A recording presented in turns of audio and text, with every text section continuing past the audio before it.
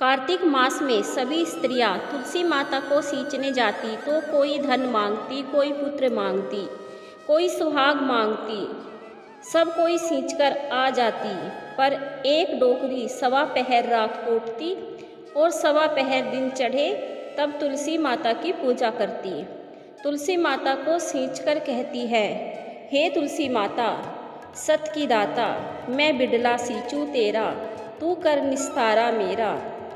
तुलसी माता बहू दीजिए, बेटी दीजिए, पोता दीजिए, लड्डू दीजिए, पीताम्बर की धोती दीजिए, गहना दीजिए, घी का घड़ा दीजिए, मीठा मीठा खीर और पूड़ी दीजिए, दाल भात का भोजन दीजिए, धन दौलत दीजिए, बेटा पोता को काम दीजिए, तुलसी को पता दीजिए, मुँह में गंगा जल दीजिए, सूरज जी की साख दीजिए, जल यमुना कर नीर दीजिए, ग्यारस को दिन दीजिए, मारू तो बैकुंठ में बास दीजिए, चंदन को दाग दीजिए, मरू तब आप श्री कृष्ण को कंधा दीजिए, हर हर करते बैकुंठ बजाए।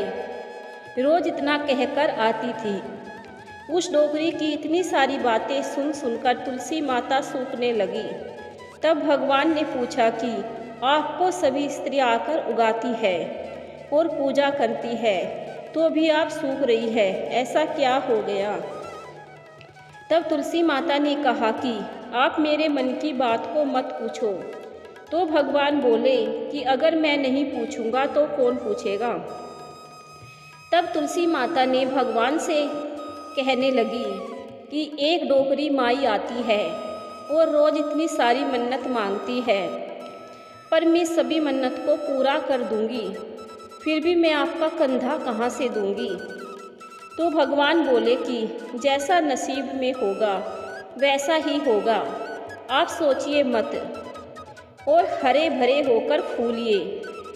भगवान ने कहा कि जब वह मरेगी तब मौके पर मैं और आप ही कंधा दे देंगे।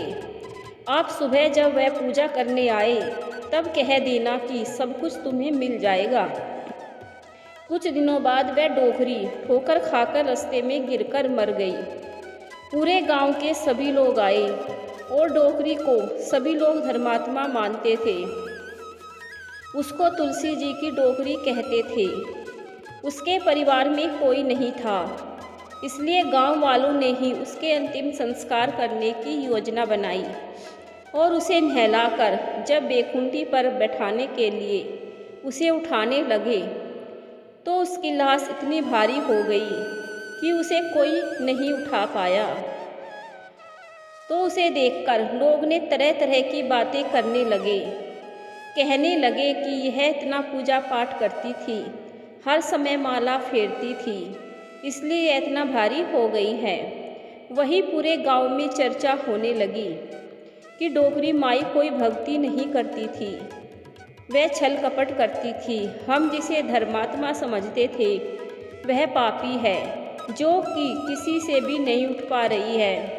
इधर भगवान ने सोचा कि मेरे भक्तों की निंदा हो रही है, इसलिए भगवान ने बूढ़े ब्राह्मण का भेष धारण करके आए और वहाँ पर एकत्रित लोगों से पूछने लगे कि यहाँ पर इतना भीड़ क्यों लगाया गया है, जिससे लोग कहने लगे कि यह डोकरी माई मर गई है और पाप इन थी जिससे वह किसी से उठ नहीं रही है।